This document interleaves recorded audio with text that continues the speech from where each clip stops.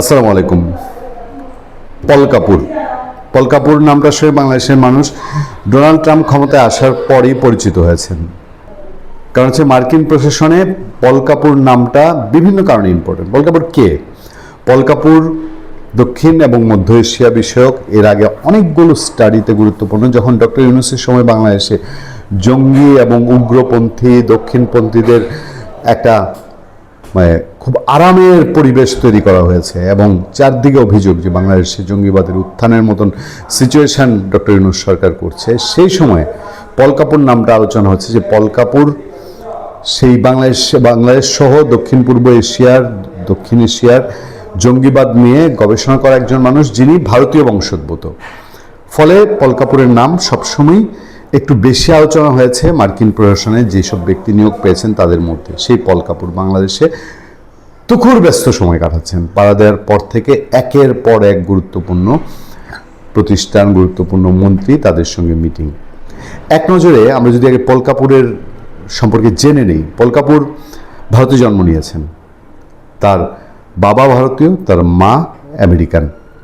সেই সুবাদে তিনি আমেরিকায় শুধু বড় হয়েছেন। বাংলাদেশে যেরকম এরকম অসংখ্য সন্তান আছে, মা বাবা দুজন, একজন আমেরিকান একজন বাংলাদেশি, সন্তান আমেরিকায় বড় হচ্ছে, কিন্তু দেশের টান সাংঘাতিকভাবেই তার মধ্যে কাজ করে। পল কাপুর প্রায় প্রতিনিয়ত এই দায়িত্ব নেওয়ার আগে প্রতিনিয়ত বছরকে বছর তিনি ভারতে আসতেন।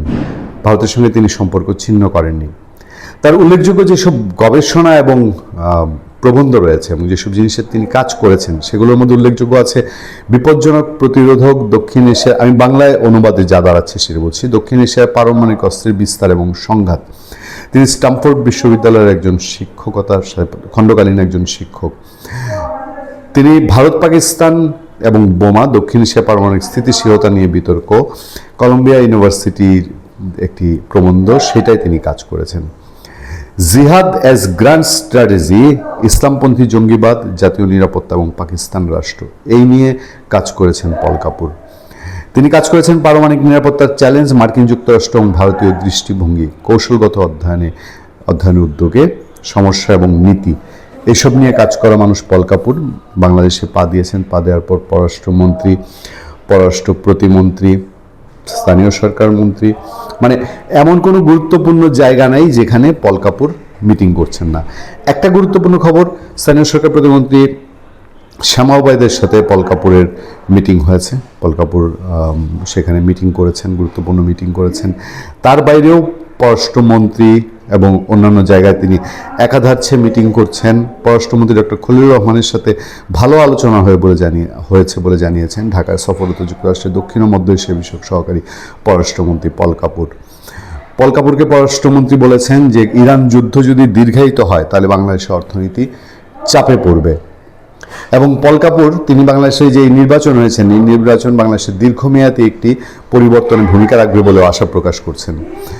পররাষ্ট্র প্রতিমন্ত্রী শ্যামা ওবায়দের সঙ্গে সাক্ষাৎ করেন তিনি।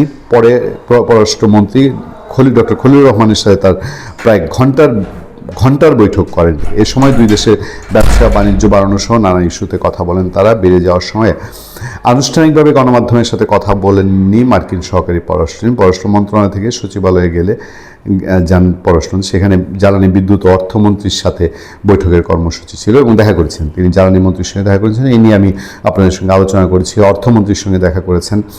দুদিনের সফরে মঙ্গলবার রাতে ঢাকায় এসেছেন পল কাপুর। তিনি দিনভর ব্যস্ত সময় কাটিয়েছেন। পল কাপুর বাংলাদেশে আসাটা অনেক আগে থেকেই ঘোষিত ছিল, এই নির্বাচনে অনেক আগে থেকে, এবং তারা একটা বিশেষ কোনো এজেন্ডা নিয়ে আসেন। পল কাপুর এই যে আমরা ভার্চুয়ালি যে বৈঠকগুলো দেখছি, মানে পর্দার সামনে যে বৈঠকগুলো, এই বৈঠকগুলোতে যেসব কথাবার্তা আসছে, সেই কথাবার্তাগুলোই ফুল স্টপ না। মার্কিন প্রশাসনের এবার কি এজেন্ডা নিয়ে পল কাপুর এসছেন, সেখানে ভিন্ন কোনো আলাপ হচ্ছে কিনা, সেখানে বাংলাদেশের রাজনীতির অভ্যন্তরীণ এখনো যে জটিলতা আছে, আমেরিকা এবং ভারতের সম্পর্ক নিয়ে যেসব আলাপ সালাপ চলছে, বাংলাদেশে আওয়ামী লীগের রাজনীতি, আওয়ামী লীগের নিষিদ্ধ হওয়া না হওয়া, এইসব প্রসঙ্গ আলাপ হচ্ছে কিনা, এইগুলো হচ্ছে এই বৈঠকের অভ্যন্তরীণ কোনো দিক যদি থাকে তার মধ্যে অন্যতম।